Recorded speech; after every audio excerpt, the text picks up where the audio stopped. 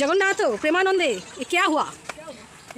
এখন আমরা চলে এলাম, এটা কি নাম যেন বললো, শ্রী অনন্ত বাসুদেব ভবন। এখানে এসে গেছি, ওই তো লেখা আছে তো দেব ভবন নাকি। বাহ, আস্তে আস্তে আস্তে আস্তে ঢুকলাম এখানে গোয়ালখানা। কী যে ভালো লাগছে আমার, ওয়াও দেখো এটা শ্রী অনন্ত বাসুদেব ভবন। আমরা এখন এই অনন্ত বাসুদেব ভবনে ঘুরতে এলাম। দেখো কত সুন্দর এখানকার পরিবেশ, বা প্রতিটা মন্দির যেন তাকিয়ে থাকার মতন, সত্যিই খুব ভালো লাগছে। আর আমরা যে সময় গেছি সত্যি মেঘলা আকাশ, থেকে থেকে বৃষ্টি নামছে। এগুলো সব আগেকার দিনের কাঠামো, কারণ এখন তো আর এগুলো পাওয়া যায় না। হ্যাঁ জুতোটা তো, হ্যাঁ হ্যাঁ হ্যাঁ। তো আমি ধীরে ধীরে মন্দিরে প্রবেশ করছি। মন্দিরের গেটে তালা দেওয়া যদিও, তাও হ্যাঁ জুতো খুলেছি। জুতোটা ওইদিকে খুলে আয়।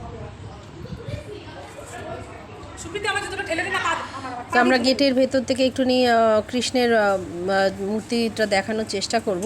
তো মাঝখানে যাকে দেখতে পাচ্ছ তিনি হচ্ছেন বাসুদেব, এবং ওনার চারধারে হচ্ছে কৃষ্ণ রাধা সকলের মূর্তি দেওয়া আছে। যেমন কথা হয়, কৃষ্ণায় বাসুদেবায় হরে পরমাত্মনে প্রণতক ক্লেশনাশায় গোবিন্দায় নমো নমঃ। তো আমার তরফ থেকে আমি আমার কৃষ্ণকে আমি স্মরণ করলাম, এবং তাকে দেখে আমার ভীষণ ভালো লাগলো। আমি মুগ্ধ হয়ে গেলাম যে এত সুন্দরভাবে তাদের দর্শন করতে পারছি। ওদিকে রাধাকৃষ্ণ আবার অন্যদিকে যাব, তো আমরা প্রণাম করে বেরিয়ে আসব। এখানে এসে একজন পুরোহিত আছে, তার সাথে একটু কথা। এখন আমরা এসেছি কালনায়। এখানে বিভিন্ন জায়গায় বিভিন্ন রকমের মন্দির আছে, অনেক ধরনের মন্দির আছে। এই মন্দিরটা যেরকম দেখতে পাচ্ছ তোমরা, বহু পুরনো মন্দির। এখানে একজন ঠাকুরমশাই আছেন।